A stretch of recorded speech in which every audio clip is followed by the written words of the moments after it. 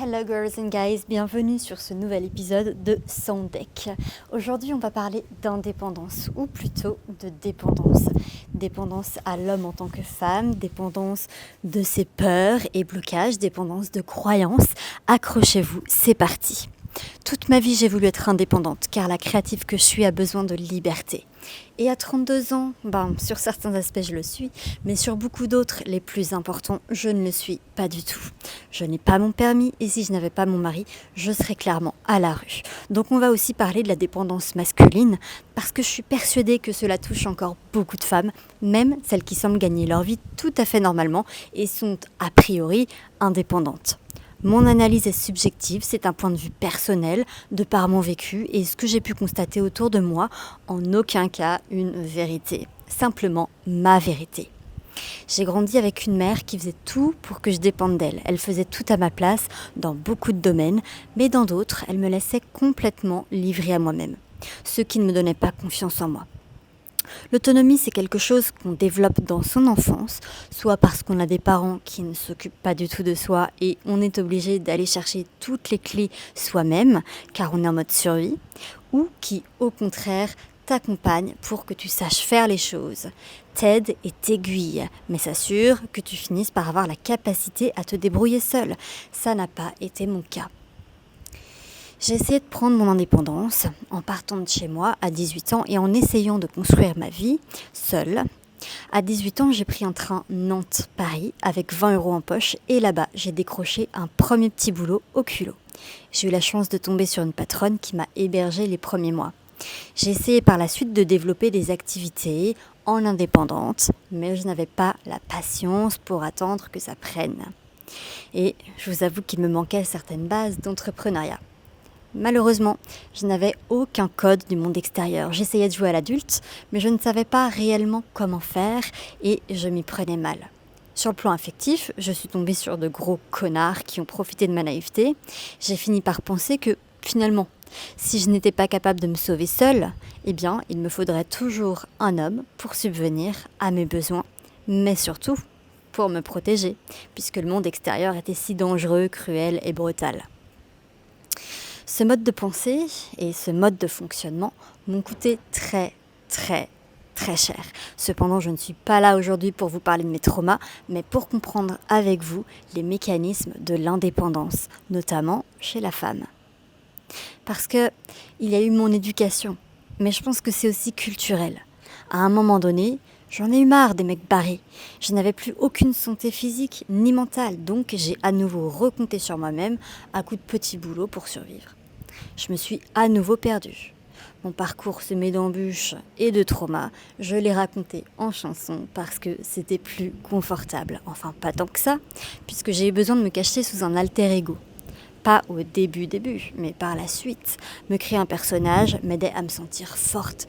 Être chanteuse, mais aussi autrice-compositrice, me donnait un statut social, une légitimité à exister.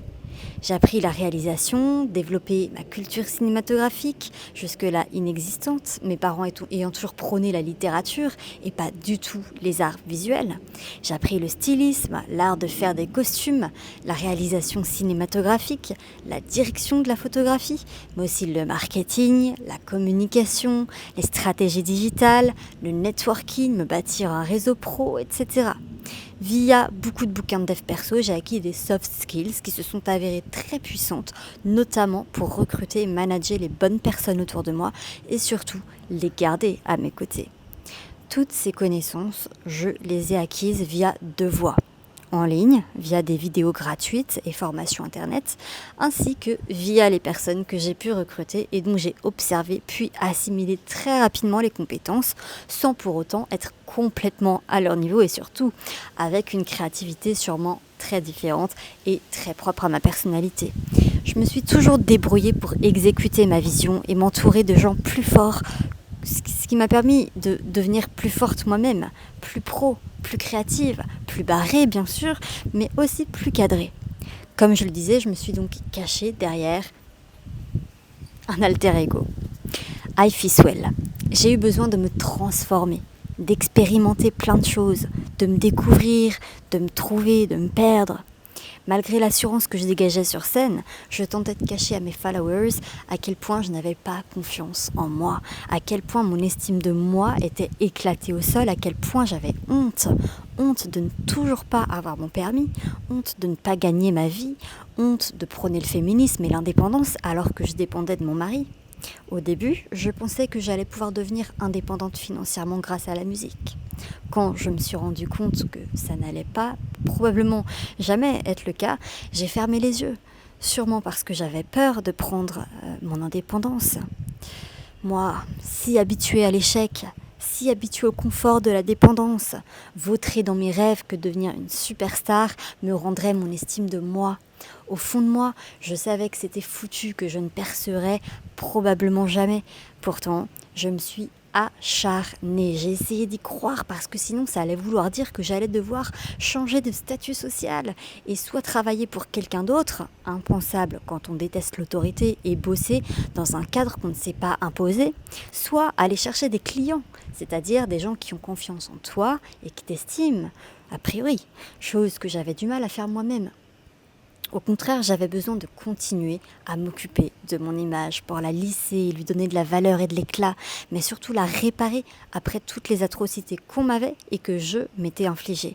Je pense que donc prendre son indépendance, c'est avant tout croire en sa valeur, s'estimer assez, se faire confiance et croire que les autres vont te faire confiance. C'est croire en ses capacités, sans syndrome de l'imposteur. Et donc, il y a 2 mois, j'ai vécu l'épisode le plus traumatisant depuis le Covid. Un aller sans retour, LA, Paris.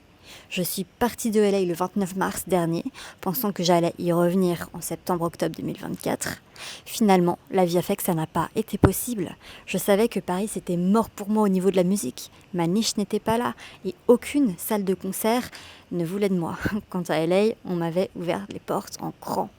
Ça m'a remis les pieds sur terre, je me suis dit que je devais prendre mon indépendance pour ne plus dépendre de mon mari, retourner à LA un jour si j'en avais envie, payer des études à mon fils qui a déjà 12 ans.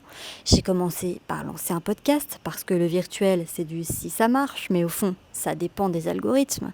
Quand j'ai compris mon fonctionnement, j'ai décidé de ne plus me faire de quartier, de me déprogrammé.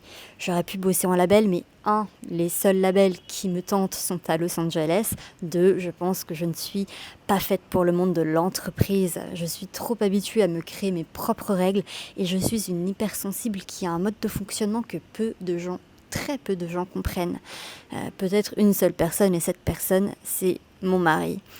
En revanche, je suis faite pour bosser en équipe et certainement plus toute seule. Parce que j'ai été hyper indépendante dans la construction de ma carrière artistique, mais ça m'a pénalisée sur certains aspects. J'ai été hyper indépendante socialement, au début en tout cas, me repliant sur moi-même pour travailler, j'ai évolué sans amis ni cercle social, mais plutôt avec des connaissances. Ça m'a permis de ne pas dépendre du regard des autres, dans le sens où je me suis habillée comme je voulais, j'ai agi comme je voulais, j'ai dit ce que je voulais et j'en avais rien à faire. Je suis ultra anticonventionnelle, pas très diplomate, et même si j'ai pas mal progressé, le pendant de ça, c'est que les premières années, parce que par la suite j'ai réussi à me créer une team, mais ça m'a isolée, pesée, alors que ça aurait pu me ressourcer. J'ai pu manquer de recul, sans personne à qui me confier. Et puis on tourne en rond dans sa propre créativité. Au bout d'un moment, on a besoin d'un coup de boost. Pourtant, l'effet de groupe, j'en suis dépendante. Par exemple, je suis incapable de faire du sport seule, en salle, sur des machines ou sur mon tapis chez moi. J'ai besoin d'être en compétition avec des gens plus motivés, plus forts que moi. Il y a comme ça que je brûle des calories. Je suis aussi dépendante de ma créativité. Je pars souvent dans tous les sens, j'ai envie de faire plein de choses, j'ai toujours plein d'idées et parfois du mal à me structurer.